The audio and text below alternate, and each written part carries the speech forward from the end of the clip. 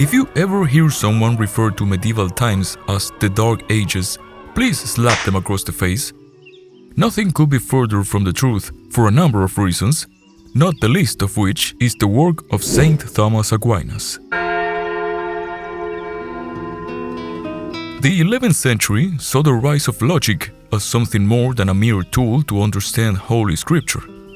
Logical reasoning stood on equal grounds with it and patristic writings, and even dared oppose them.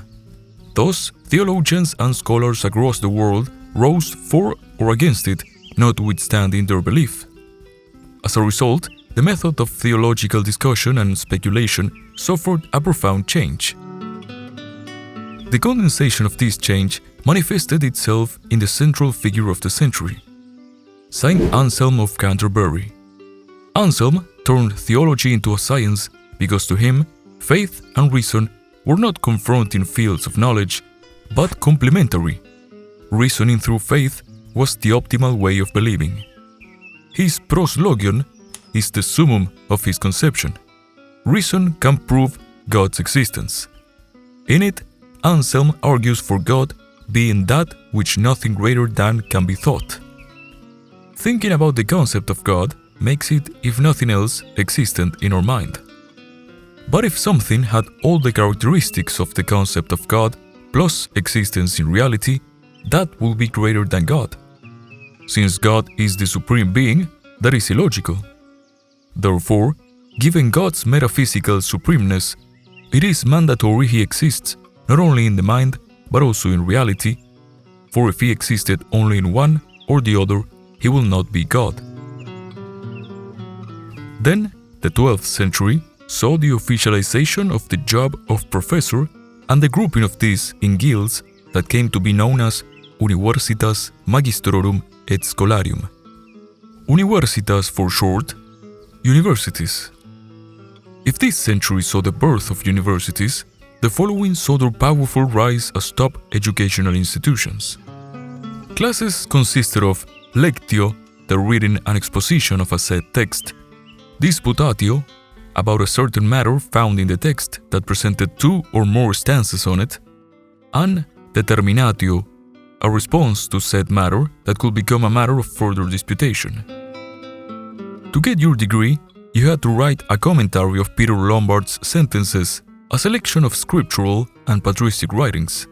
In this weather of knowledge and dispute and philosophical speculation and logical reasoning and faith, Thomas Aquinas wrote his Summa Theologiae, itself a display of disputatio and determinatio, whose part 1, question 2, is what brings us here today.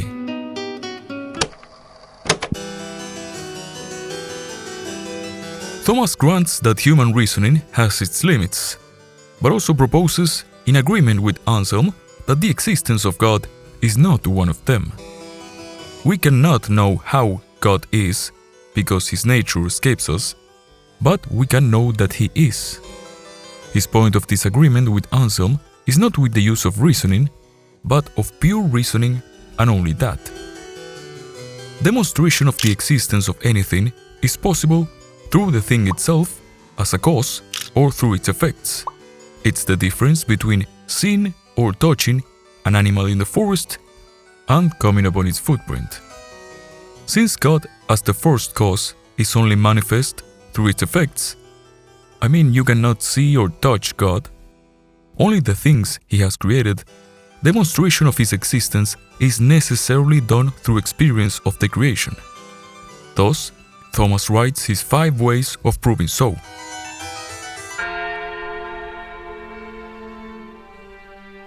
The first way is the way of movement. But Thomas doesn't just refer to locative movement, as in moving from one place to another, but movement as Aristotle conceived it, the transition from potency to act. Being born is life in potency transitioning to life in act.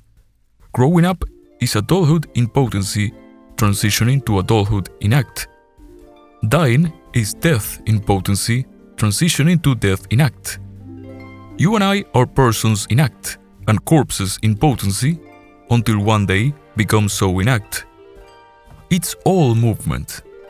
Well, It is a truth to whom the senses are witness that things in this world move, and they do so because of something else that already is in act. The log, which is hot in potency, becomes so in act because of a lit match which is hot in act.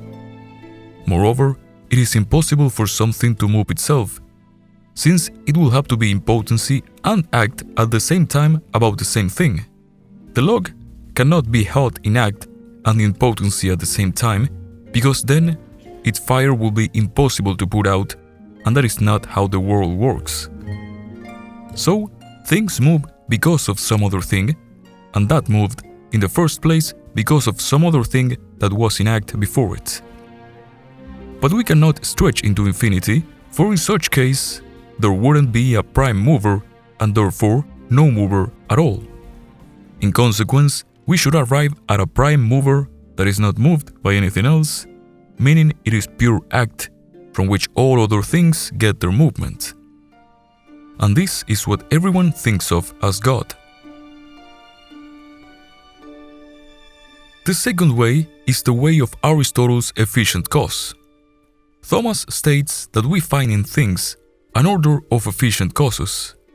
You are the son or daughter of your dad, who is the son of his dad, who is the son of his dad, and the same happens to horses and dogs and birds.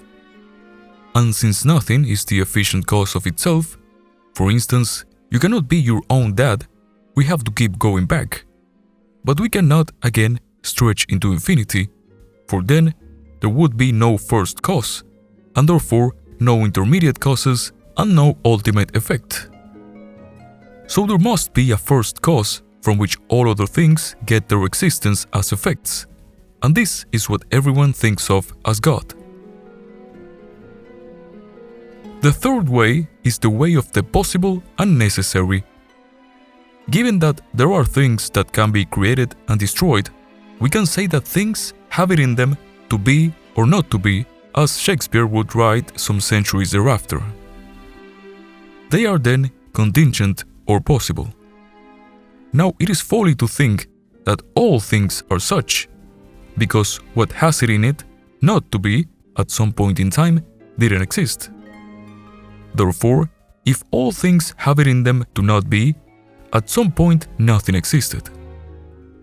If this was true, there wouldn't be anything right now, at this moment, because what exists doesn't begin to exist if not for something else that already exists. We all come from one mom and one dad. But it is not true, since you are right now looking at something, standing on the ground, or sat on a chair, or laying somewhere, listening to my voice.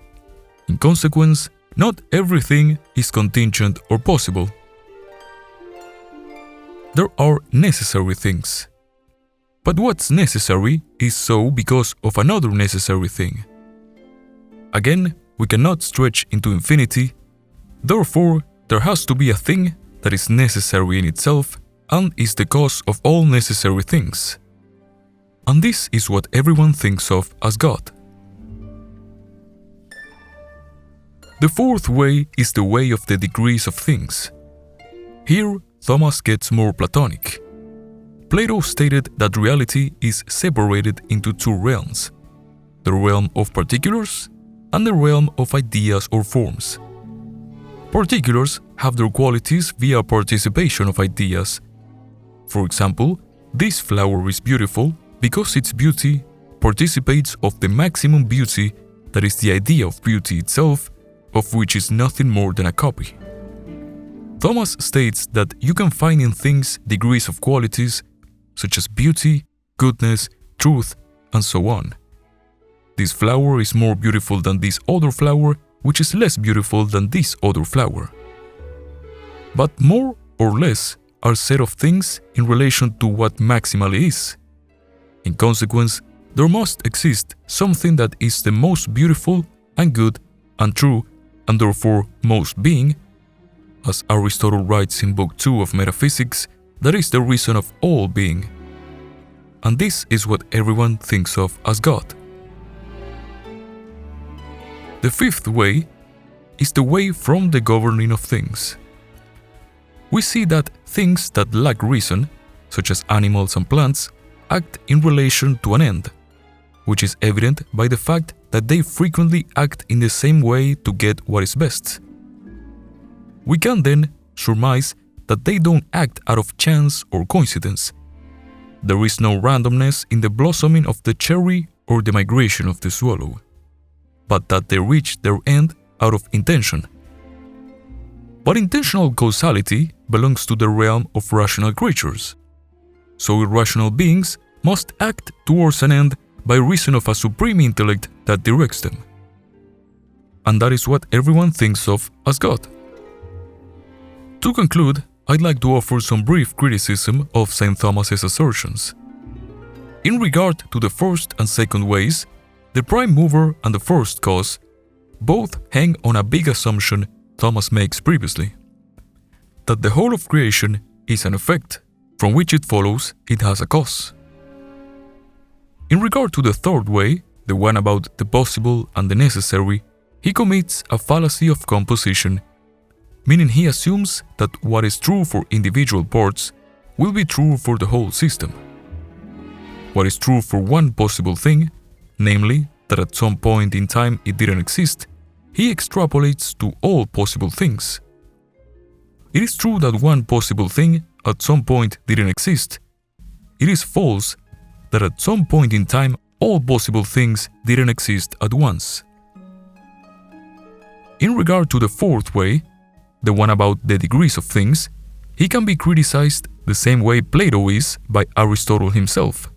What does it mean to participate, or how are the two realms related?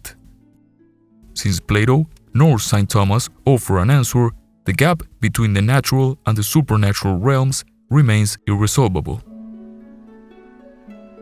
In regard to the fifth way, the one about the governing of things, another big assumption is found, namely that action and reason are intertwined in such a way that no action is possible without reason.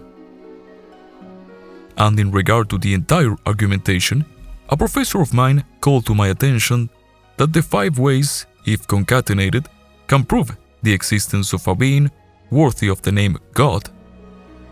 But taken in separation, they can also prove the existence of 5 different gods. So, the argument could be wielded by a polytheist just as well. Notice that I didn't resort in my criticism to state-of-the-art scientific observational techniques or quantum physics thought experiments, but rather stayed within the boundaries of medieval logic. Otherwise, I would have committed modernity bias. You know, what the person you just slapped in the beginning did.